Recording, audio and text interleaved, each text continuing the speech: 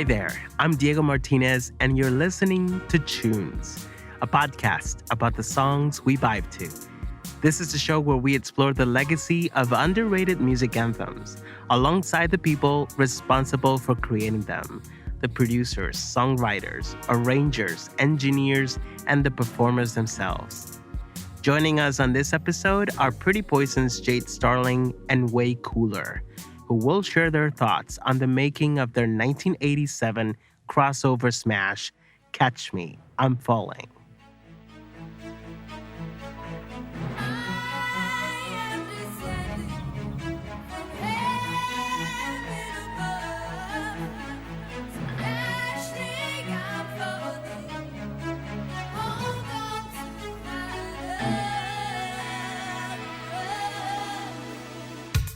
Very sing-along. It's got a melody that you just want to sing along to. Even if it's one of those songs that you hate or you love or you hate to love. You know what I mean? It comes on the radio, you find yourself singing it, and you're like, oh my God, I can't stand this song, but yet you're still singing it. And ironically, I mean, people that have said anything to me about it, they say it's just a feel-good song for them. You know, really connects them to memories. It does. It connects people to proms and weddings and good times in their life.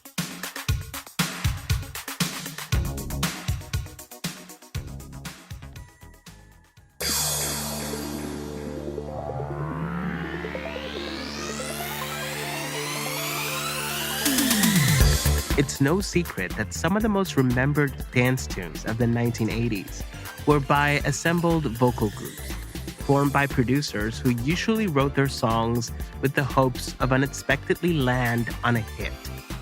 Pretty Poison was one bright exception to the norm. Straight out of Philly's underground rock scene, the band was and always has been a self-contained unit, led by singer Jade Starling and keyboardist and guitarist Whey Cooler. They both wrote all of their material and had navigated through different musical currents, from indie rock to a hybrid of darkwave and dance that almost went nowhere. That is, until a little bop by the name of Catch Me, I'm Falling came around and turned them from a promising local act to a household name almost overnight. However, don't write them off as a one-hit wonder. Although Catch Me is their most commercially successful hit to date, Pretty Poison has placed multiple singles on the pop, dance, and R&B charts all the way through the present day, building a strong and diverse fan base in the process. The classic tale of overnight success was preceded by yet another classic tale, the one where Whey and his brother, drummer Bobby Corey, placed an ad in a music store looking for a lead vocalist to join their band. The ad was answered by Jade, a then 17-year-old singer with limited music experience. Believe it or not, she started out on the beauty pageant circuit, but she was a rock queen at heart, in the quest for a songwriting partner. We grew up in a musical family, so I was always playing with him as kids. And when I guess we started to actually write songs instead of just jam, the idea was that none of us were really gifted singers. So we put an ad out and found Jade, and you know, this sort gifted of singer. Her and I connected, especially as songwriters, and you know, so that started to drive the group as it was forming into the direction. At that time, I guess you would maybe call it new wave. I got my feet wet singing for a cover band, but I mean, my dream was definitely to do original music. I had always been into writing my own songs, so I just needed someone to help me musically to get it all together. But I would say Pretty Poison definitely my first professional endeavor into the music world. They had some originals, but when I came into the picture, that's when the group became Pretty Poison. It wasn't Pretty Poison. She was one of the only females that applied, and we really liked her energy, and she had, like, you know, I could sing Led Zeppelin. She could sing Led Zeppelin. It just kind of worked. I mean, once I entered the picture, we just started writing. We're just, you know, very prolific together, just writing a lot of songs. I guess you're just what I needed. Just what I needed. I was kind of driving or looking to find somebody who had a look and a sense of what was emerging, not what had happened before. I guess the early lineup, they had more of a desire to play like the Cars were like a stretch for them. The Cars were too cutting edge to. I almost had to convince them to like them. I mean, they were good players and all, but sometimes you just have to find people that have vision. I think it's really just about the chemistry too, sometimes it just clicks, and maybe some of the guys in the group were just kind of like, this is what we do, and I'm not accepting. They didn't want to accept change, so. We had a clash that was developing and put an end to it right away when Jade entered the picture, because that's where we pitched our wagon. That's the reason that the band concept became a revolving door of people, except for the two of us. We were the nucleus of the whole thing. For other people, they couldn't really hang on because they needed to work. But, when you're committed to something, this is a passion. This is like a lifestyle. So I guess for us, it was different being the primary songwriters of the whole thing. So it's like our baby. For a while, it's been reported that the band got its name from a 1968 black comedy film that starred Anthony Perkins. What a week. I met you on Monday. Fell in love with you on Tuesday. Wednesday, I was unfaithful. Thursday, we killed a guy together. How about that for a crazy week, Sue-Ann? But ironically, it wasn't from that movie. I thought it was. And it was from a group in, I guess, the early 80s, maybe even the late 70s, called Ram Jam. Had a song called Black Betty that's been done to death ever since. They followed it up with a song called Pretty Poison. And I was an avid record collector, so I was working at a record distributor, and I would always get promos. And I brought this promo home, and we listened to it, and we weren't in love with the song, but we dug the name. So we decided to make that the band. Then we became aware of the movie. Like, you might have known about I was aware of the movie, I didn't know about the movie. Yeah, I remember that. It was a B-side to that Black Betty.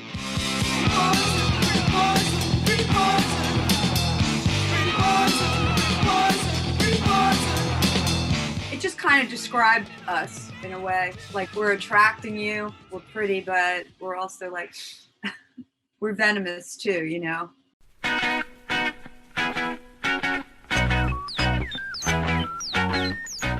In 1981, they issued their debut single under their own indie label, Poison Pops.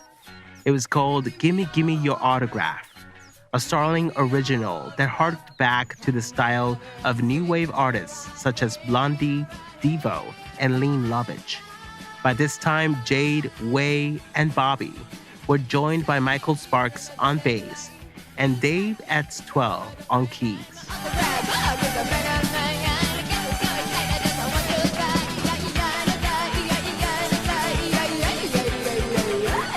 They followed it 1 year later with a moody number that was a standout on their live show, No Tears, originally released via Svengali Records. No tears for the creatures of the night. No tears. Back in the No Tears day, we were known for Jade ripping off doll babies or stuffed animals on stage. Any place we would play, they would have to stay late to clean up because there was a mess in the clubs we would play. So No Tears was like a legendary performance song for us. Ironically, I kind of want to revisit it. I don't know that people that listen to Catch Me I'm Falling would even get No Tears, because it's so different.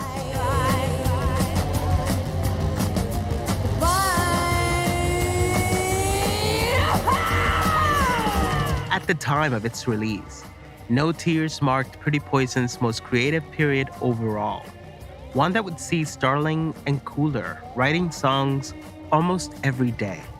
The East Side Club, Philadelphia's ground zero for synth rock and new wave, was the duo's playground, commanding a large crowd and sharing the same stage with people like Billy Idol, The Fits, and The Damned. Although their roots were in rock, their ears were on the ground listening to the hottest beats that came not only from across the pond, but also from their own backyard. Things were developing in electronic music, and then lo and behold, here comes a record called Let the Music Play, which sort of had that bottom with this R&B top. And we were really like kids of the city, so we grew up listening to R&B. And we really liked that song. And that song opened up, in our estimation, the whole entire market that, might be called freestyle today. I think Shannon's record definitely opened the door for a lot of artists like us with that sound, Yeah, because the idea was either go to England and try to break over there. And we didn't have bread like that, so we couldn't really just go there and starve. Or try to do something else around here that we like. Let the music play, you won't get away. Just keep the groove and it'll come back to you again. Let the music play. When we started to play in the clubs, the groups that we were gravitating towards were darker and more mysterious, didn't seem so poppy. So we started to move into the direction of the music that we actually liked. I mean, we got popular in Philly doing that, but it seemed like the club scene in Philly was like a one-horse town type of thing. But it was one club called the East Side Club. And you really had to go outside of this area to keep playing clubs like that. So we weren't playing a lot. So in order to play outside of the city, we started to soften it up a little bit. And somehow that led to Nightime. And then that led to Catch Me, I'm Falling. Directly influenced by the early freestyle hits of Shannon and the work of Arthur Baker and John Roby, Jade and Whey incorporated urban percussion into their sound with the single Nightime, which hit number 14 in the dance charts back in 1984. It was the first taste of the kind of revolutionary sound they dabble in the following years.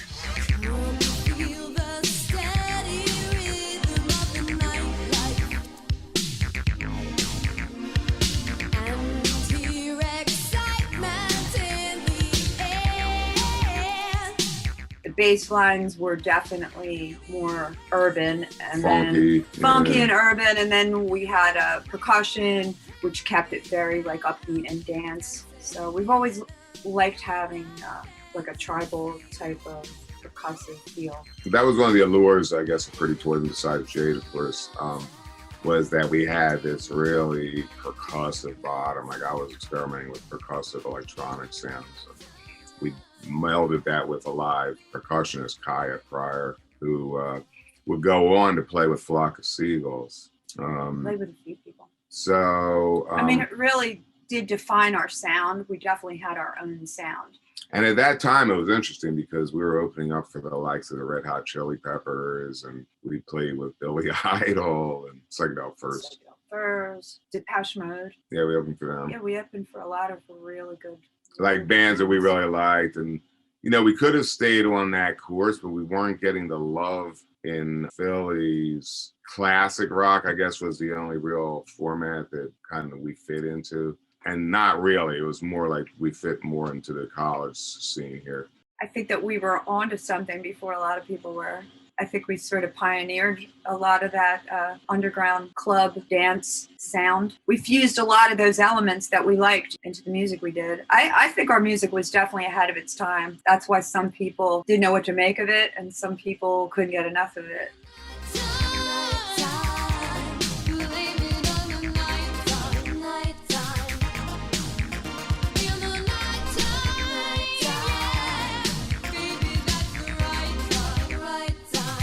That ahead of its time Pretty Poison sound was perfected towards 1987.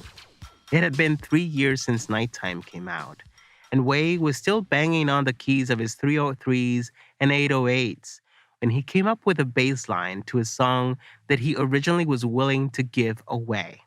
That song, of course, was Catch Me, I'm Falling.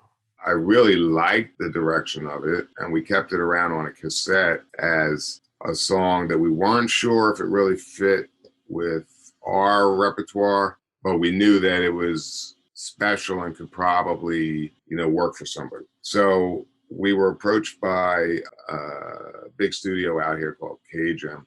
They wanted to offer us, well, at that time it was called a spec deal, which basically they were going to speculate that they heard enough potential hit songs out of our live show that they would offer us a block of recording time to put those songs on tape. And then either somebody directly involved in the studio or a designee would go out and try to sell it. So we worked on a 4-song demo tape with a guy named Kurt Shore, who was our biggest supporter there. And those songs, they were like different. Like they were pop, but they weren't Lionel Richie pop. I mean, it was like different, but it wasn't really rock, but it could be. And it wasn't really R&B, but it had elements of R&B in it. So we were like in this area that was kind of like this hybrid. We were liking what was going on to an extent, but it felt, without being crass, like it wasn't as cool as I wanted it to be. You know, it was cool, but it wasn't there where I felt like cocky about playing it for people. So we started discussing a 4th song. We're going down and listening to our songs and trying to figure out which one actually would work. And I said, you know, we do have this other song called Catch Me, I'm Falling. See what you think of this. I popped the cassette. And I said, it's really raw. You know, we're doing all this back selling to try to forgive it for just being such a raw track. And it was like, oh my God, this is it. This is a hit. You know, and that's how it happened, really. Catch me, I'm falling. Catch me now, I'm falling. Catch me, I'm falling. Catch me now, I'm falling in love. There was something kind of magical about that song, how it came together. And one of the other producers, Kurt Shore, he worked me to death, like singing that song, just with him and a piano over and over, like to the point where I was so frustrated, I would be in tears because he just wanted it to be this like perfection. But I guess all the hard work really paid off on it, you know, all the vocal performances and the arrangement. Yeah, they used 24 channels the of beauty. just vocals. It added to the beauty of it. It really turned out great. And back then they used to do something called stacking a vocal. I mean, I don't do it as much these days, but you would double, triple, quadruple the voice, and it had to be sung over and over and over again to match up. And Then if you didn't perform it right, you had to do it over. And you didn't have over. auto-tune to fix it. Just Yeah, you had to fix the sing bad it right. note. Yeah, so that song had to be sung like perfect. I mean, there's tracks on Catch Me, I'm Falling that never made it to the record, that we spent hours developing, but they just never made it to the record because it was overkill. It didn't need to be there. Catch me, I'm falling. Catch me now, I'm falling. The hook, the keyboard line. Do, do, do, do, do, do. People would just Yeah, I come was- up and like just sing that to us. I was keeping my mouth shut Catch because me, I'm falling. Do, do, do, do, do, do, do. I was keeping my mouth shut because the do, I hate it. I wanted to take Oh, it I out. love that part. I love that I part. literally wanted to take it out. I loved it. I thought it was really, really hooky. It's very sing-along. It's got a melody that you just want to sing along to. Even if it's one of those songs that you hate or you love or you hate to love. You know what I mean? It comes on the radio, you find yourself singing it, and you're like, oh my God, I can't stand this song, but yet you're still singing it. So it's kind of a cool thing. And ironically, I mean, people that have said anything to me about it, they say it's just a feel-good song for them. You know, really connects them to memories. It does. It connects people to proms and weddings and good times in their life. During the recording of Catch Me, Jade and Whey brought Kay Williams Jr., architect of the sound of their single Nightime, into the studio to help create a balance with producer Kurt Shore's pop orchestrations and their raw club idea for the track. I actually didn't like the direction it was going at that point before Kay stepped in. It was really pop. It was so pop. It was poppier than anything we had done to that point. I wasn't feeling it yet. I didn't feel it until Kay was the glue that brought it all together. Like there was a sterility to it, I guess. Yeah, it just wasn't cool. I mean, if you're not feeling it, if you're not proud of it, you know, you can't expect.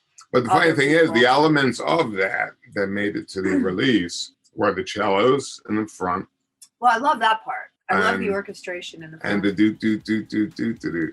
Yeah, that you hated. You came into my life. The look in your eyes took me by surprise. It's you. I knew that when I heard the finished product, I was pretty blown away about how great it sounded. And I did say, wow, this sounds like a hit. But you know, you never know what's going to be a hit. Catch me out for you, baby. Hold on to my love. More than just a hit, Catch Me became a monster single that took over Philly. Local radio stations who supported the band early in their career jumped at the song with its infectious melody. There was no way people could escape from it, especially people like Iris Dillon, head of dance music promotion for the American division of major label Virgin Records, who heard the song in every club she stepped into. The track's strength and potential started a bidding war between labels, including Atlantic and Capitol.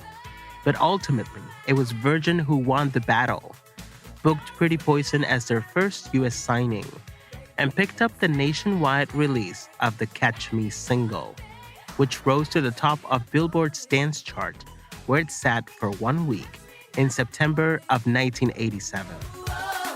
Catch me, I'm falling. Catch me now, I'm falling in love.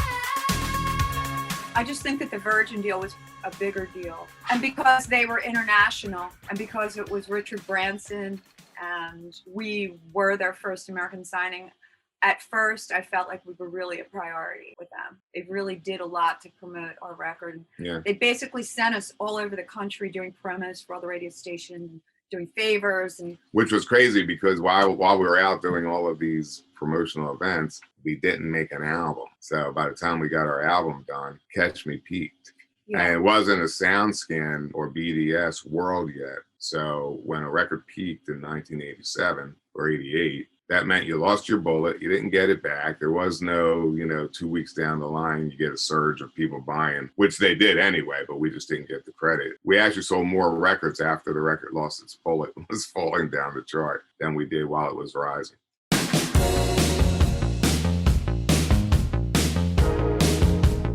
Surprisingly, Virgin was unsure of its appeal beyond the dance floors until they placed it as the lead single for the soundtrack of a now cult film called Hiding Out, starring actor John Cryer, who went on to become one of the main characters of the TV comedy 2.5 Men. They seemed to be happy enough to take it to the top of the dance charts, and whatever residual crossover that was going on through mixed show play and R&B radio was going to be the life of Catch Me I'm Falling. I don't think they envisioned it as a top 10 pop song until Hiding Out. Once Hiding Out came into being, we were the commercial for Hiding Out. We were the music on the commercial. Catch Me was the trailer for the movie. And the lead cut, I think, on the album. Yeah, it was. And then they actually used clips of the movie in our video. So it was like a promotion for the, promotion. like a cross promotion for the movie and for the song. Like they made the video with that in mind. Like it really had a connection to the movie. And interestingly enough, at that time, that was in an era when a lot of MTV generated hits were songs that were big in movies. From the Simple Minds, Don't You Forget About Me, to the Dirty Dancing stuff. And it was right at that time. Although the movie was a box office flop, Catch Me was not, as it moved comfortably into the top 15 in R&B and the top 10 in pop, peaking at number 8 and remaining in the top 40 for a total of 14 weeks. Pretty Poison was virtually everywhere, from American Bandstand, Top of the Pops, and Club MTV, to Soul Train and Arsenio Hall, proof of their crossover success. One that left their record label and radio executives completely dumbfounded.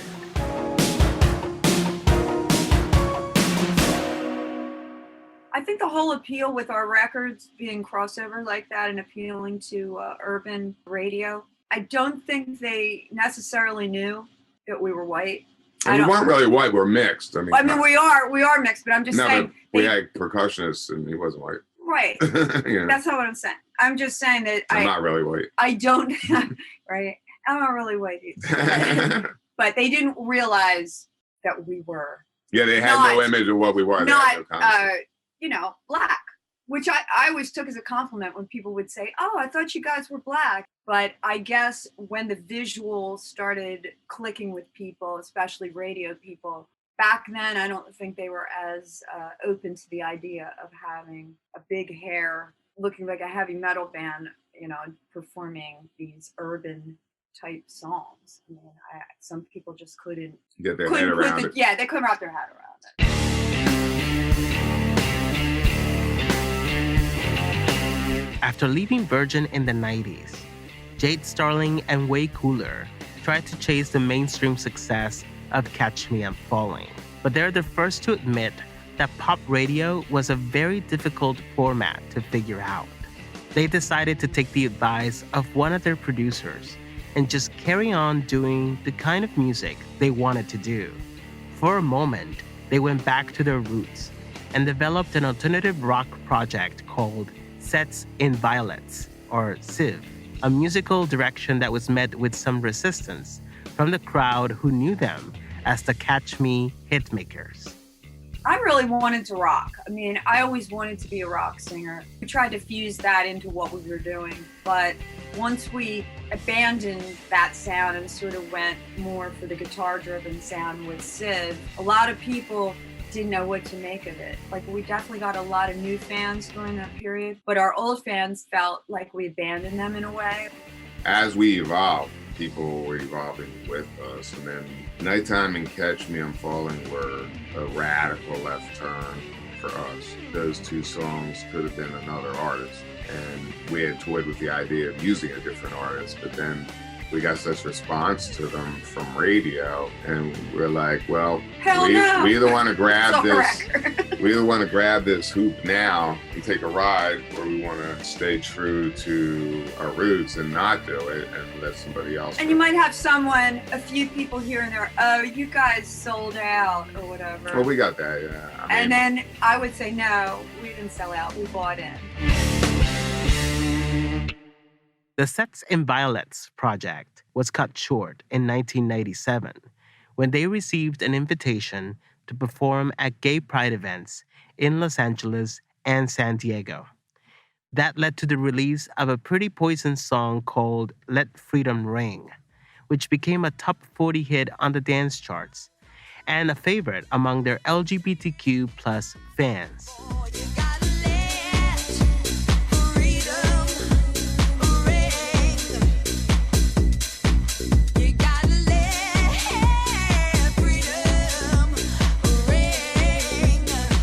In recent years, their catalog, and especially Catch Me, saw a renaissance through placement in major television series such as Breaking Bad, Pose, Selena the Series, and AJ and the Queen.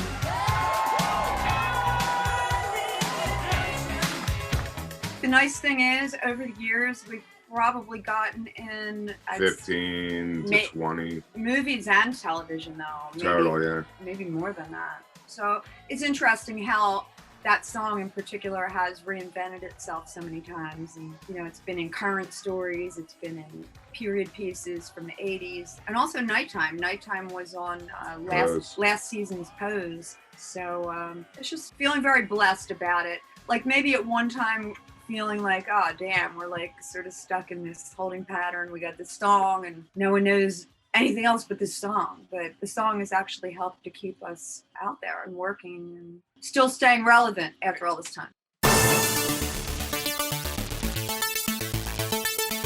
Jade and Whey continue to perform live as Pretty Poison across the United States, and they are as prolific as they've ever been. They're currently in the midst of finishing a brand new dance album, which they hope to release in early 2022. And they're toying with the idea of recording an LP entirely comprised of torch songs, as well as one that revisits their released output before and after Catch Me I'm Falling. Whey has recovered from a bout with HPV-related cancer and is now aiming to raise funds and treat cancer patients through music therapy, with a project he's spearheaded with Jade, a nonprofit organization called Party to Life. And I wanted to do something to pay back all the folks that were there for me. What the foundation wants to do is to bring specialized playlists into existence. I've done a little bit of research that music therapy has worked for people with Alzheimer's, for people with other neurological diseases, and they've seen improvement when music was introduced into the equation. So the concept is to create these playlists, and then what I want to do is also add a level of subliminal healing prompts underneath the music. So that's the concept of Party to Life, and that's what we're pursuing. You can find more info about this endeavor on their website, www.party2life.org. Needless to say, both Jade Starling and Whey Cooler feel fortunate that a song like Catch Me I'm Falling has been a pivotal part of the soundtrack to many parties, an imprint in the memory of those they've touched with their music. And with the song's constant presence in popular culture, it seems we'll be falling in love with it time and time again. The thing that gets overlooked is that there's timing involved. And timing is what makes or breaks a record in a lot of instances. It's like, it doesn't mean that the record isn't any better. I mean, we think we've got songs that are superior to Catch Me I'm Falling, but they just didn't have a machine behind them. The timing wasn't the same. Catch Me I'm Falling struck a nerve. It might not have struck the nerve if we hadn't made the deal with the studio, because we wouldn't have been able to record it properly. It might not have struck a nerve if the one producer was allowed to run with it the way it was headed. Who knows where we would be if it never had happened. I mean, I'm sure we would still be doing what we do, but to what degree? Because it's opened so much opportunity for us. We've made such an impact universally. We've crossed over on so many charts. We've been on the pop chart, the dance chart, the urban chart. Even, the fans from back then, it's a very diverse crowd that still come and see us today. So I think having had our roots, especially in the Philadelphia area, I think it really opened people's eyes up to our sound. I feel like we're very blessed to have had the longevity that, that Catch Me has had. It's just amazing. Everyone should be lucky enough to have a song, if they're blessed that way, that really touches people. I'm just amazed that it still touches people as much as it does. People go crazy. It's a crazy thing. People just connect to it so much. And you know what? I think we're very fortunate to have music that brings so much joy to people, especially, still today.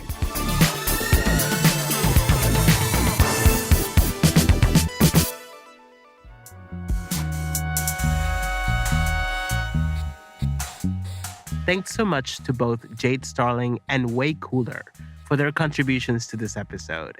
And thanks to you for tuning in. CHOONS is a series of music memoirs produced and hosted by Diego Martinez. My executive producer is Nicholas Nick Fresh Puzo, and my audio engineer is Adam Fogel. If you want to see content related to this episode and much more, follow us on social media, Facebook, Instagram, and Twitter at CHOONSPod. That is CHOONSPOD. Rate us and give us a review on Apple Podcasts, and subscribe wherever you get your podcast. Join us as we explore the legacy of underrated music anthems on the next episode of CHOONS.